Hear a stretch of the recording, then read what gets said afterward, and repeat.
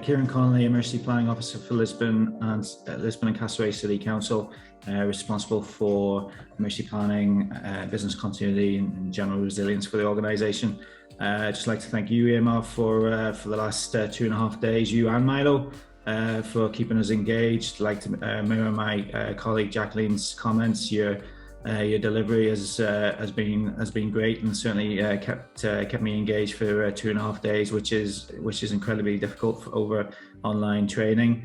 I'm not a non-technical person, so from my end, it's about developing my understanding and knowledge to support the emergency response to a cyber attack, which I felt that you've managed to do, but also increase my capacity and understanding, on some of the technical side of things. So I feel definitely very beneficial course. I've come away with a lot of new understanding, a lot of new information, a lot of areas which I need to go and have a look at further, and also gives me a lot of action points to take back into the organisation to start trying to ensure that we're a wee bit more resilient with regards to cyber. So thank you very much for your time and effort.